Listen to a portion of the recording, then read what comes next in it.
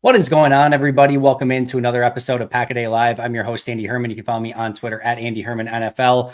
I have two good friends with me today, and I just want to start off by saying I owe both of these gentlemen a pretty solid debt of gratitude. Let's start with Mr. Ross Uglem. Ross was a original Pack a Day podcast member. Also, is the reason I have a Packers credential. He has allowed me to write and edit for Packer Report. And so I owe him in a variety of different ways. And then the one and only, his name is Matt, but you can call him MATUB. He was also an original member of the Pack a Day podcast team. And if you're familiar with the YouTube channel, which you're here, he created the intro for me. It was also super helpful when I started the channel on some tips and tricks. So gentlemen, it is awesome to have you here. And thanks so much for all of my success, which is like 99.9% due to you two. I mean, I'll take like appreciate 3%. That. Yeah. I gotta disrupt us here. Why? Okay, so this is a little bit off topic, or not even off topic. It's not off topic. It's on topic. Why did the Packers official Twitter account just tweet out Jordan Love getting the Nickelodeon MVP trophy for Week 18? This is literally happening right now. My guy has like some Macho Man Randy Savage shades on, with the slime coming down. Was this game simulcast on Nickelodeon? Do they give this away every week? What? Somebody help me. I'm so lost. I have no idea. I don't know. Maybe somebody in chat knows, but so he is Week 18's Nickelodeon's Valuable Player MVP. Yeah, I don't know. Apparently, I need to get those sunglasses though. Stat. Actually, I want the slime hat. That's what I'm looking for. Oh man, the slime time chain. This is a good vibe. I think this is a sign the Packers are winning. I didn't mean to send us off the rails. I didn't, but this is just an outrageous thing happening on my Twitter feed. Well, so I can say with certainty that he is the first Packers quarterback to ever get an MVP. And certainly to don the slime time chain. That is for sure. Arnoldo's on top of it. They said they give it out every week. We'll have to see.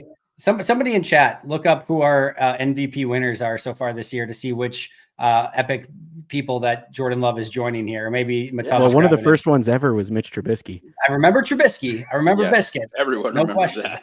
Yes, that I remember very fondly. I think that's the last thing the Bears won. Actually, was Mitch Trubisky winning the MVP.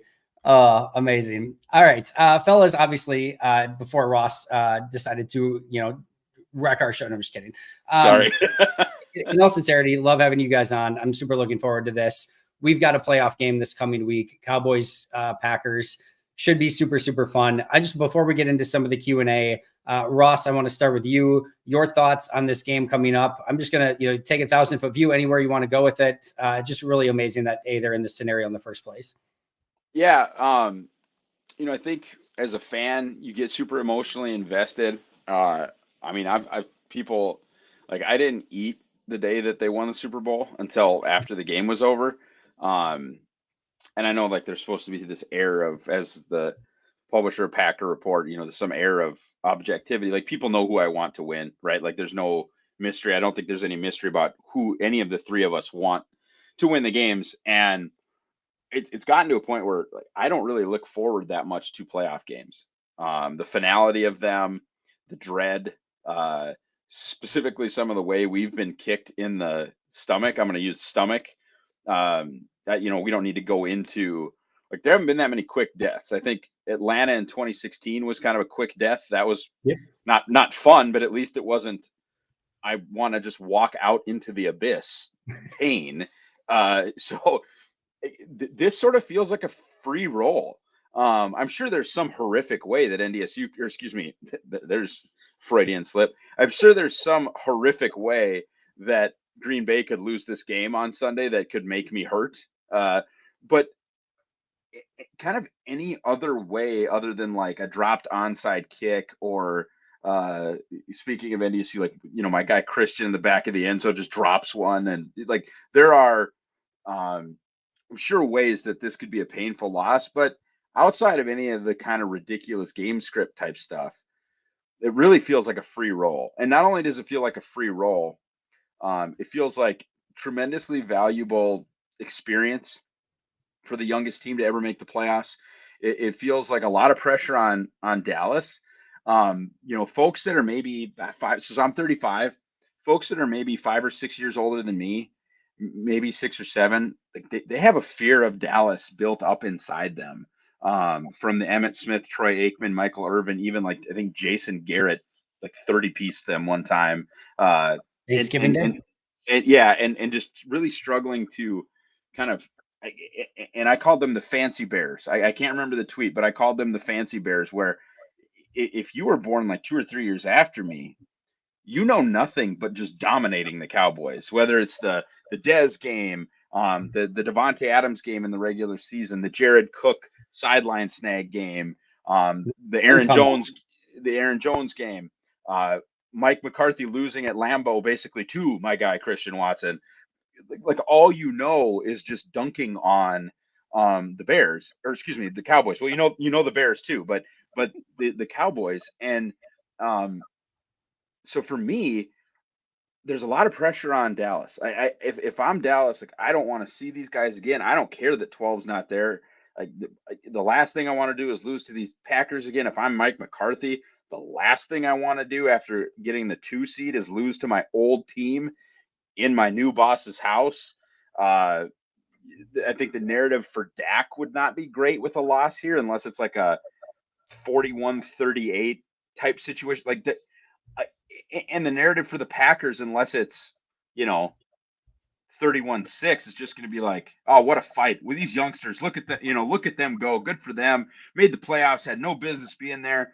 And now they've got 5 picks in the top 90. And boy, watch out for these guys. It's a very different outcome. And if Green Bay wins, my goodness, now it's why not us? And in Dallas, it's doomsday. MATUB, Ross went from being excited about the MVP to going over the worst ways in which the Packers can lose this upcoming week. So please cheer me up and go over why this is really fun and some good things that could happen. All right, look, Andy, it's like anything. All right, you have to trust your fundamentals. You have to focus on your pad level. Get trust the system. Yeah. So honestly, I think the way that the Packers win is Mike McCarthy has a classic Mike McCarthy game where they managed to keep up in the shootout. McCarthy has some kind of clock blunder and costs his team points either at the half or at the end of the game. Because very much like I think the direction that Ross was going was the Arizona 09 playoffs. Like just a massive shootout. And at the end you go like, oh wow, this team is the truth. They had a couple bad breaks. So if there is a loss and it happens that way, I would be totally fine. But in terms of winning, I mean, I think CeeDee Lamb is kind of their entire offense. He is the straw that stirs the drink. And if you can manage to hold him to a reasonable game, then everything else kind of falls apart behind it. So we saw more man out of the Joe Barry defense than I think we have all year against the Bears. And so if you are allowed to shadow CD instead of giving him, some deep crossers to have 200 yards worth of catches on, it can go pretty well. And Packers are undefeated in Cherry World. That it also includes the Super Bowl. Playing the Steelers, I guess it doesn't count, but like it counts. Okay.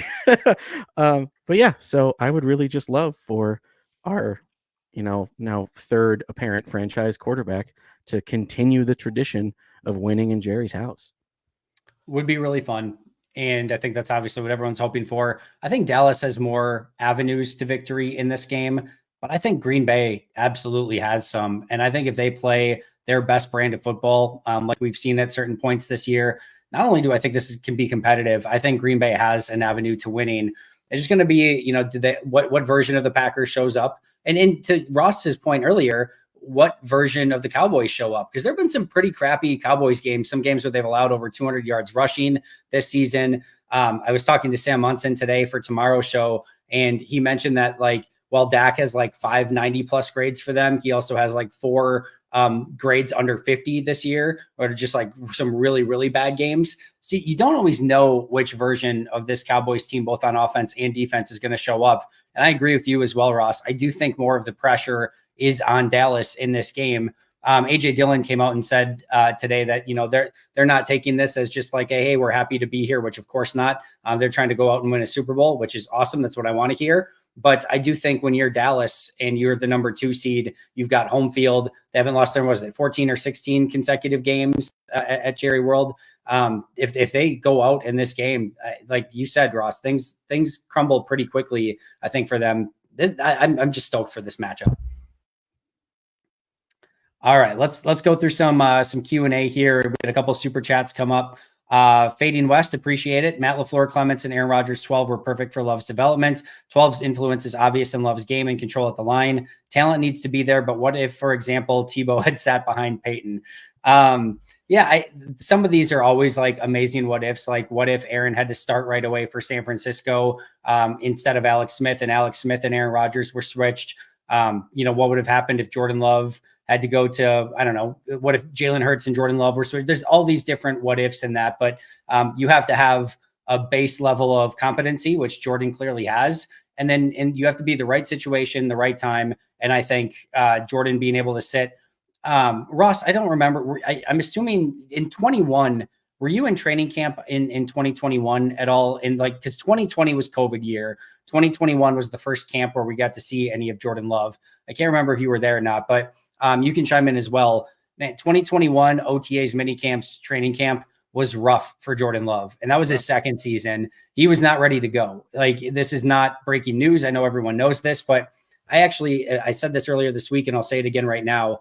I thought the people covering the team were extremely kind to the way that they were describing Jordan Love's play, because there were a multitude of times where it was constantly checkdowns to the sides, and like anything over 10 yards was almost just like it wasn't happening. And to go from that to where he is now, ton of credit to Jordan, first and foremost, the work and time that he's put in, but the organization, Matt LaFleur, Tom Clements, Aaron Rodgers, I think there's a lot of people that are deserving of credit for it.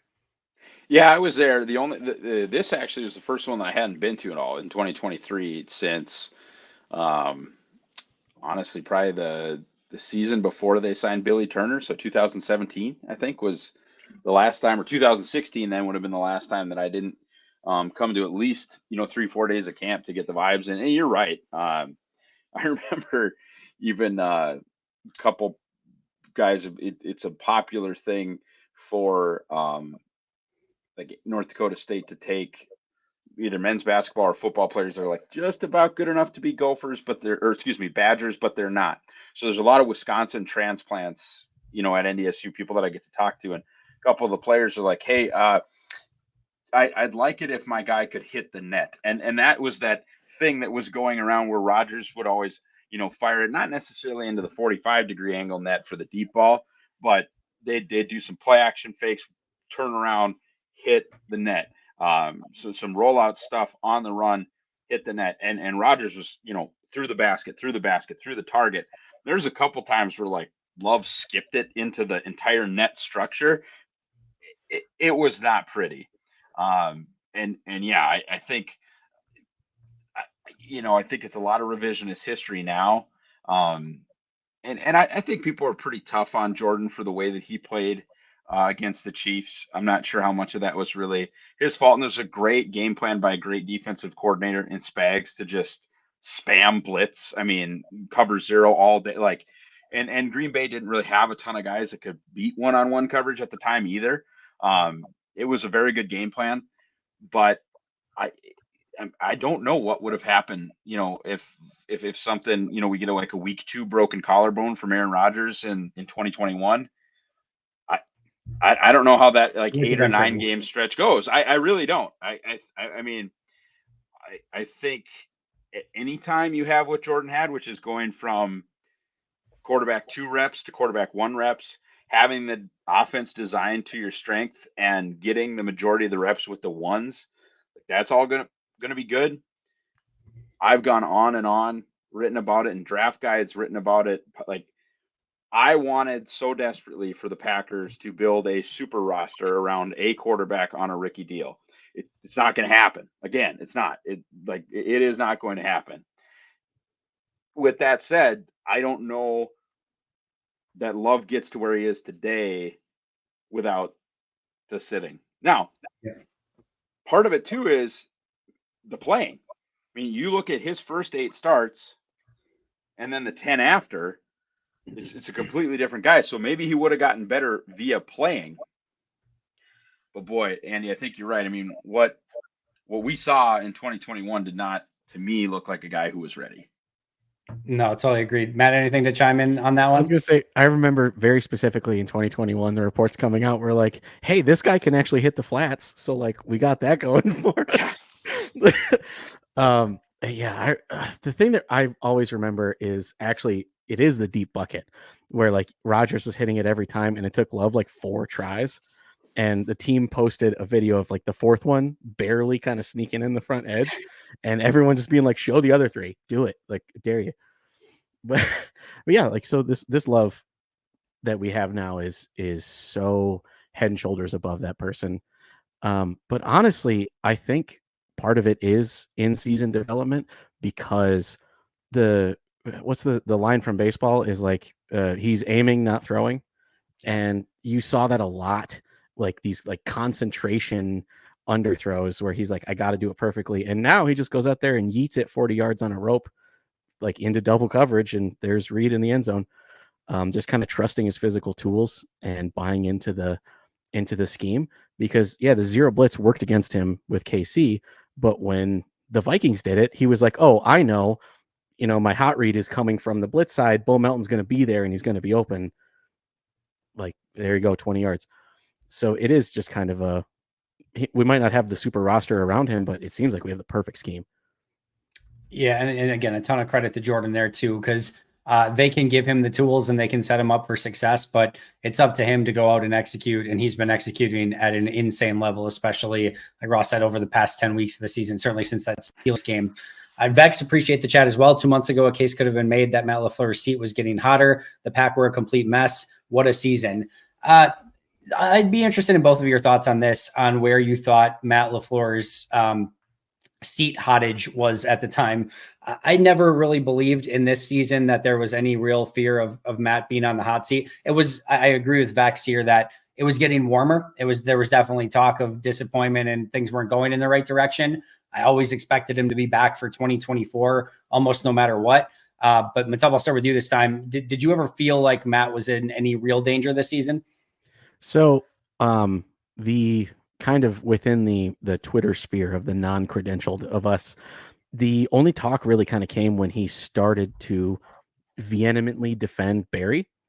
And that's when people were like, is he throwing the offense under the bus for a coordinator? Like, man, like maybe he can't, like maybe he lost the locker room, maybe this, maybe that. And that was the only like very short stint there where people were really rumbling about it. But I didn't ever kind of see, because especially when you have a guy on his first ever year as your full-time starter, like if Love went out there and was bad the whole year, then that's like, oh, that's not LaFleur's fault. He had a bad quarterback. Let's try again. So those were kind of your two options: is either he gets a pass because Love would have been bad, or now he looks like coach of the year candidate because he took the youngest team ever to the playoffs. Like, I didn't ever see a middle ground there where he could get fired. Ross? I was with you the whole way there. Nobody has any questions about where I stand on Joe Barry. That's a pretty, anybody with an X account, or formerly known as Twitter, understands where I am there. But I was critical, and I think correctly, and I might take a moment towards the end here to formally apologize about Jordan Love. But he was playing not that great. Jordan Love himself. And when I say that he's a different quarterback in the last 10 starts from the first 8, that's like, people were making excuses for him. Well, receivers are dropping balls. Well, the protection isn't that good. He has become a better quarterback, and by kind of the way that quarterback play drags an offense, the offense has become much better. And that's all credit to Jordan Love. But there was real issues with my God, I went back because I couldn't sleep before the Bears game. And that had nothing to do with like nerves about the Bears. It's just, I had overdone caffeine and it's just whatever. And NFL.com has these great 10 to 12 minute highlights of every game. And so I started in week 1 and boy, That like Raiders Broncos stretch was not fun. Raiders Broncos Vikings, I think maybe even was like no thank you. And I could understand being a little bit frustrated with Matt, but at the same time, it was like the quarterback play, the wide receiver play is just not up to snuff, and it's not what they needed. And eventually became what they needed. And for me, at no point was I like, this Matt LaFleur offense is cooked. They figured him out like that. That wasn't it. Now, I think valid questions can be asked still about his ability to hire.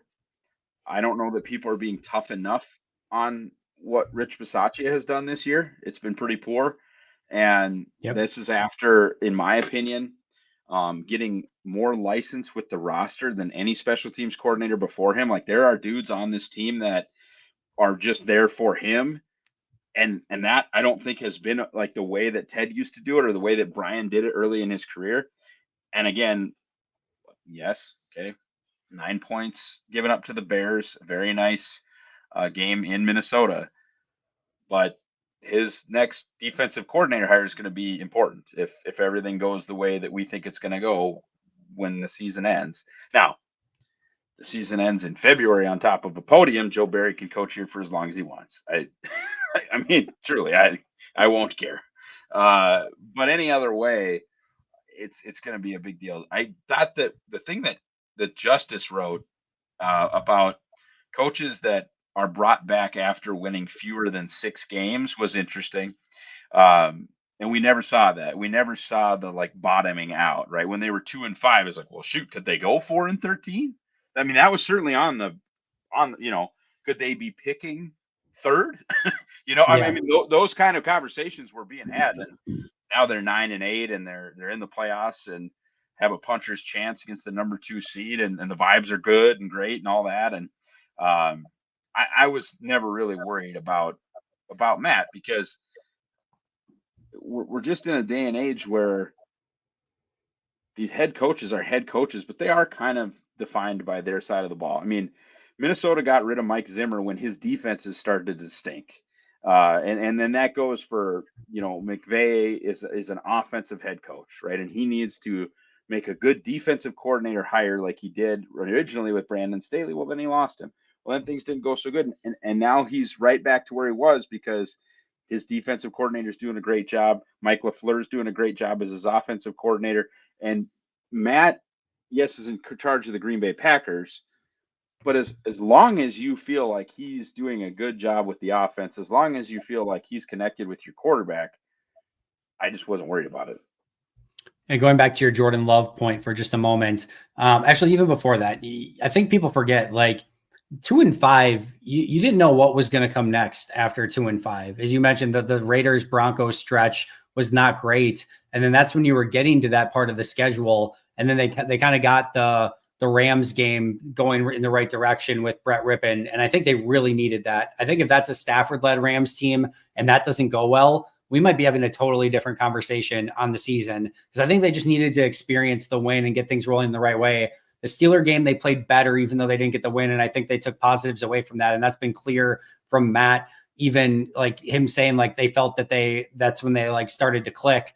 And then of course you go on this 3-game win streak and everything changes at that point. But going back to Jordan for just a moment, these were my grades. And again, it's never the be all end all, but through the first 9 weeks of the season, I had, and this is the goal of this is to separate everything out and make it so that it's not on plays where it's the offensive line's fault or his receiver's fault or they doesn't have somewhere to go. It's not on Jordan. It's not a negative grade for Jordan.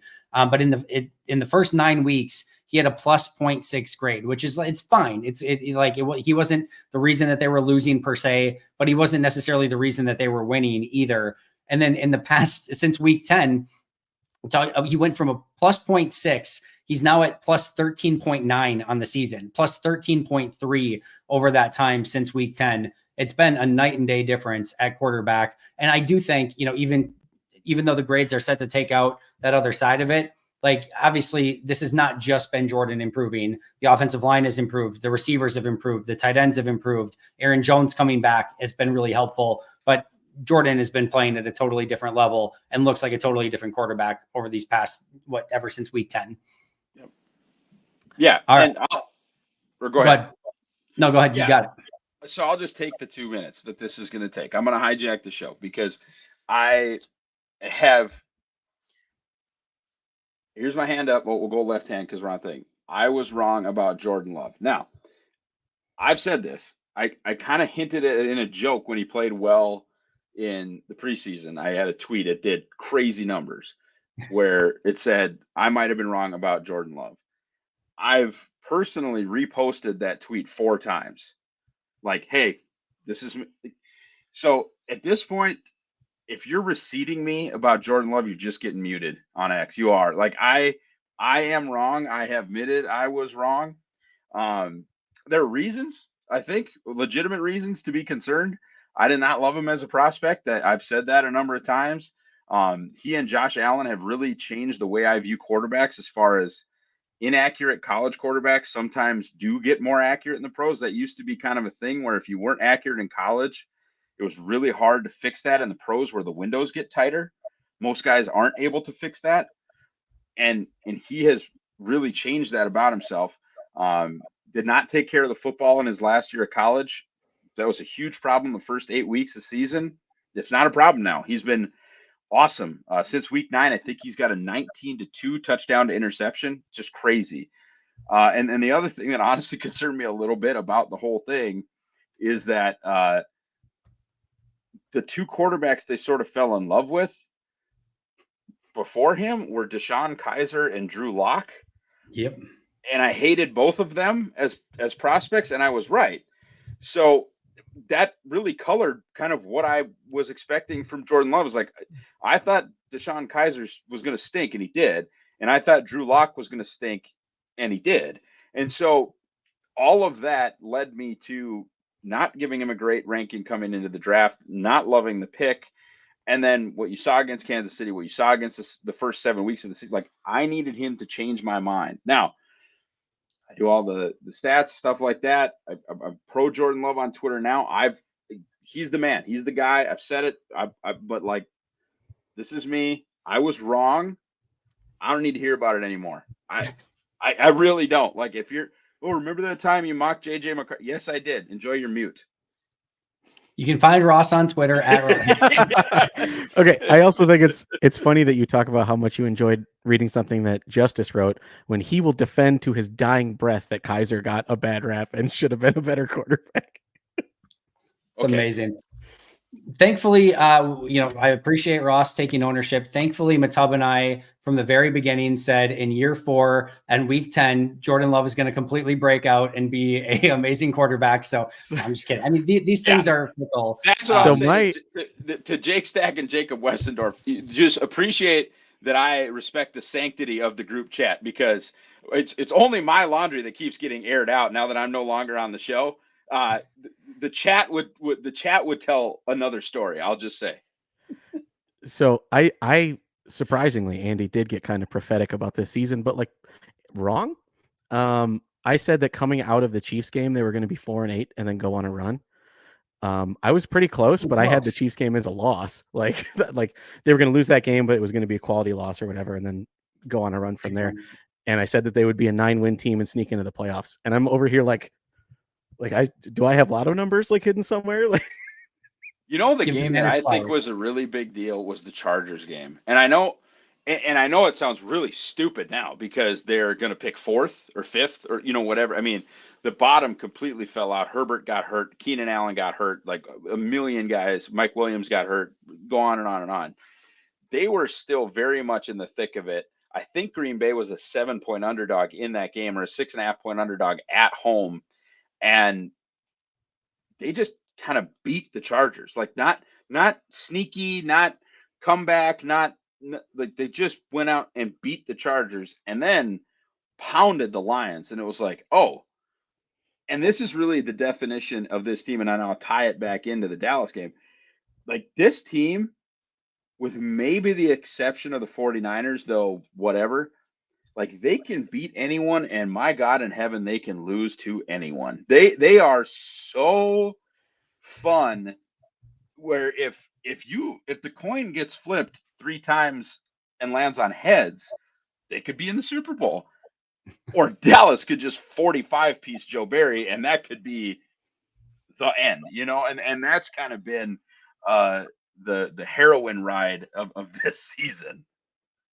It's been quite the roller coaster. And of all the things, since we're saying things we got right and wrong, I've got plenty of things wrong this year. The one thing that I was pretty confident in going into the season, and I said over and over, it's going to be a roller coaster. There are going to be some incredibly high highs, some incredibly low lows. They're going to lose to teams they have no right to lose to. They're going to beat some teams they have no right to beat. And that's exactly what we've seen all season long. And to your point, Ross, what you're going to get every single week. We got a bunch of super chats we need to get to. Before we get to all those, I thought Dylan had a great question here. And I'll let you guys take this first. What are the biggest differences that you guys see in our offensive weapons from last year to this year? It can't just be speed, right? Anyone want to take that first? I can. Yeah. I mean, it's not just speed, but it is talent. And I don't need to get into like a dunk on Aaron Rodgers fest, but like Randall Cobb is done, and we've seen it, right? I mean, it's right there in front of God and everybody. Mercedes was always a third tackle, which, by the way, worked. And I still kind of wish they would have had him this year. Like I would have loved to give the Ben Sims snaps to all due respect to Ben Sims. I would have loved to have Mercedes leadership around this year and kind of give his snaps to Mercedes. But Randall's done. Lazard is done. And Tunyon hasn't done anything in Chicago, and you just take Brian nailing these, and I think Dontavian Wicks is a clear top probably 60 player in this last draft. I think I had him at like 74, but I mean he was a second round guy that they got way too late. My buddy or our friend Jacob Morley was all over that too. Like he is a second round quality receiver all day long. Christian when he's healthy. They nailed the Jaden Reed pick. They nailed both tight end picks. And when you just start nailing stuff like that, and you're getting legitimate, like, I think Pro Bowl, I don't know if any of those guys will ever be all pro. I don't. And Andy, you've talked about this a lot, where like these Super Bowl teams need to have these dudes. If they're all Pro Bowl level, maybe they don't. Maybe they don't need a Charles Woodson in the Hall of Fame. Maybe they don't need a Clay Matthews kind of in the Hall of Very Good. I just think they have probably brought in Reed, Watson, with the obvious caveat if he could stay healthy, but Reed, Watson, Wicks, Kraft, and Musgrave are all yeah. I love Bo, but I mean those 5 picks: Reed, Wicks, Musgrave, Kraft, and Christian. I think each could be a Pro Bowler at some point in the next 5 or 6 years. And that's just a talent level. Like Alan Lazard ain't never going to a Pro Bowl. It just isn't going to happen. Sammy Watkins at that point in his career is so far away from a Pro Bowler. Like, and the guys that were stealing snaps in 2022 are nobody's stealing snaps in 2023. These are earned. These are young guys with juice. And I just like the ceiling, and I know it sounds like I'm crapping on Romeo Doubs. I do understand that, or Dobbs. But like I do think he has more of the James Jones, like really, really solid number 3 kind of vibes to him. The ceiling for Reed, Wicks, and Watson is just, and I would say the same thing for Luke and for Tucker. Tucker's kind of that bowling ball full of knives, and Luke can just legitimately win. I mean, he can beat a linebacker. He can beat a safety. That's been the difference for me. It's just talent level. And I know that sounds super simple, so I hope I did a good enough job of explaining it, but they're just better. Robert Tunyon was a converted wide receiver from Indiana State. That was a very nice story. Luke Musgrave is a dog. I think my favorite part about Tunyon is his first touchdown was an accident, and that's how he earned Rodgers' trust. Rodgers threw him like 50-yard pass, and because he thought he was Jimmy Graham. Didn't see it in the Seahawks game, right? Yeah.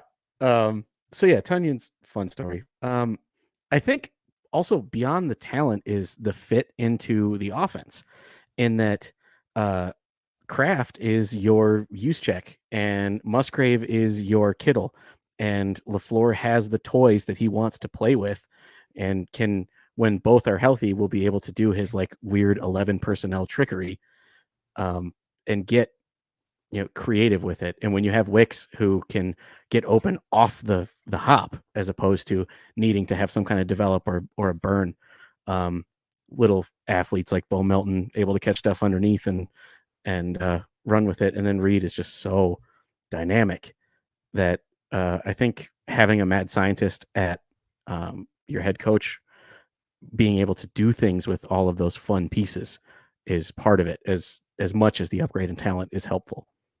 You go back or go ahead. I'll just say something real quick. I've been so impressed with Matt. I said going into one of the losses after the win streak, probably the Giants thing, like I was pretty concerned about not having Watson and Musgrave, and I ended up being right for that game, right? But and just the idea that those two are your two field stretchers. Watson does it on the outside and Musgrave does it up the middle, and it created in the early part of the season so much space for the other guys to work underneath, that to have both of those guys missing was kind of problematic. Like it used to be that way when MVS was out. People went from kind of sort of like despising MVS to sort of tolerating MVS.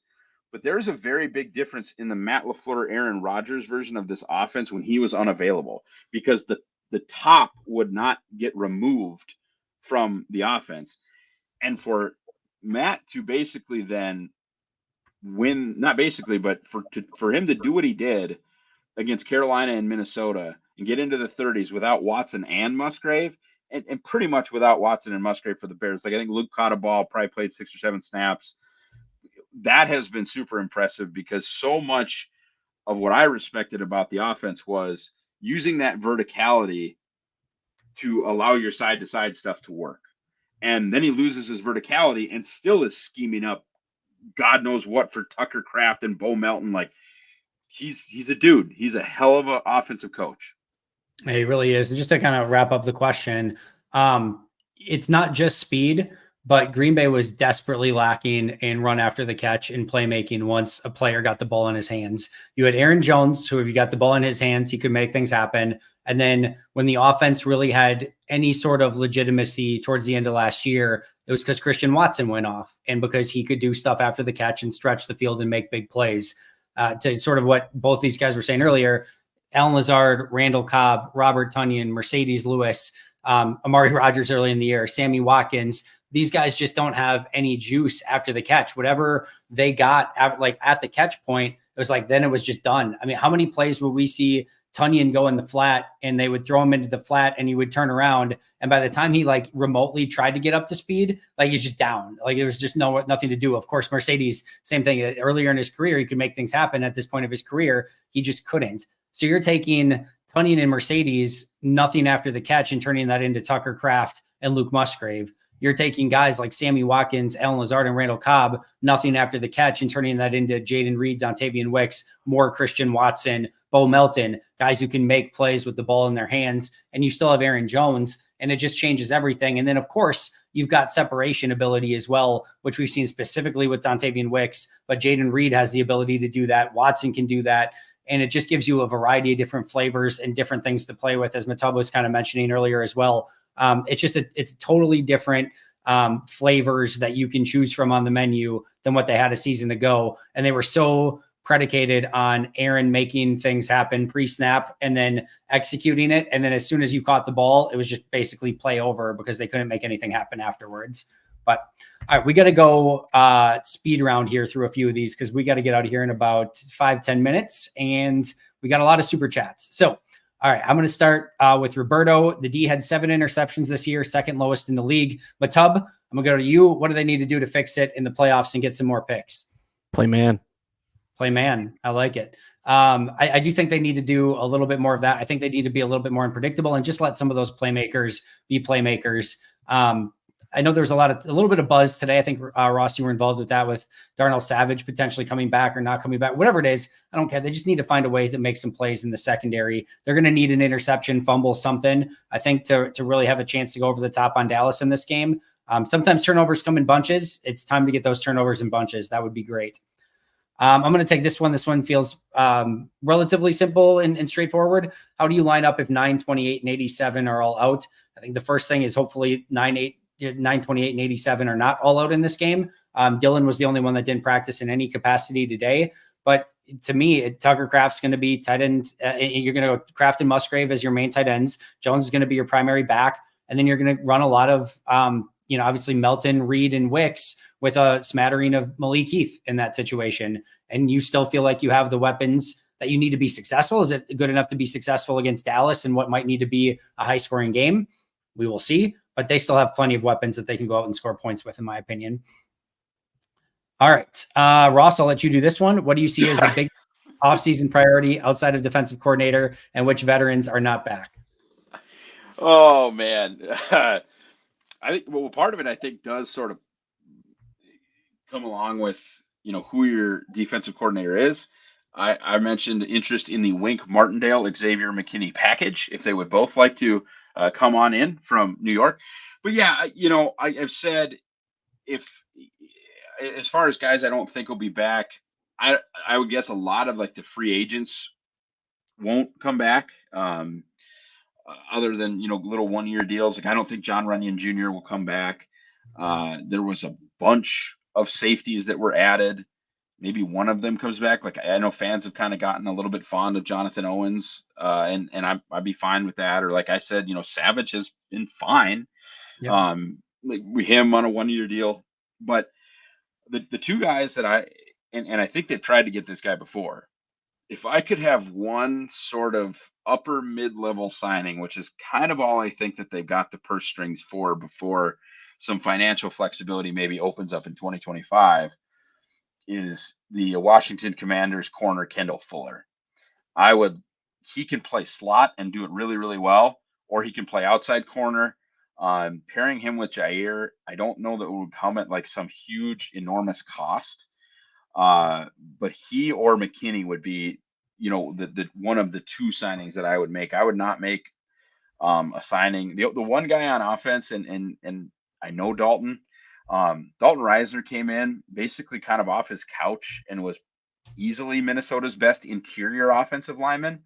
If you're not in love with Sean Ryan at right guard, if Dalton's going to come in for cheap, I would give him kind of the Byron Bell, Billy Turner, not Billy Turner contract, but like I would give Dalton the Byron Bell, see if you can go win a right guard thing. Now the Byron Bell thing went terribly, but Dalton, like I said, was on his couch until like week 5 and has been pretty good in Minnesota. So that would be a guy that I would look at, and a guy that played tackle in college, which the Packers really like. I don't know that you'd want Dalton at tackle in the NFL. He hasn't played tackle in the NFL. But at least in a pinch, in like a TJ Lang against the Vikings type pinch, he could play right tackle and not die. So he'd be a guy maybe on offense that I'd take a peek at.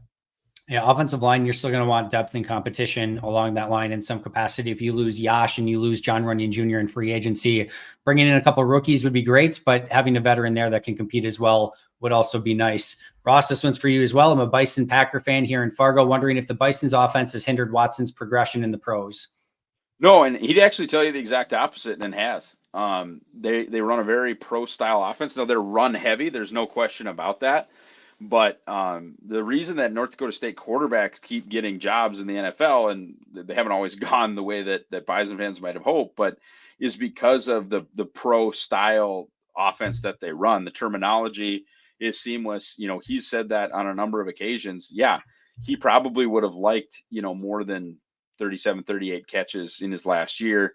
They're very vertical, but the concepts that they run and the kind of the way even just that the program is structured, all of the guys on offense that have made it into the league have kind of said very similar things. Like, we've run a pro style offense, and that makes life easy when we get into the pros. And yeah, like I said, it would have been fun for him to get more than like 40 targets, but they ran the ball for like 8.5 yards a carry, and their quarterback was Trey Lance, who against FCS competition was playing against toddlers. I mean, like they just did they went 16-0, and when you do that with an average win, margin of 24, 25 points, chucking the ball down the field is not going to be on the menu. It's the same thing, honestly, I would say about the criticism of JJ McCarthy. Like, oh, what a bum. It's like,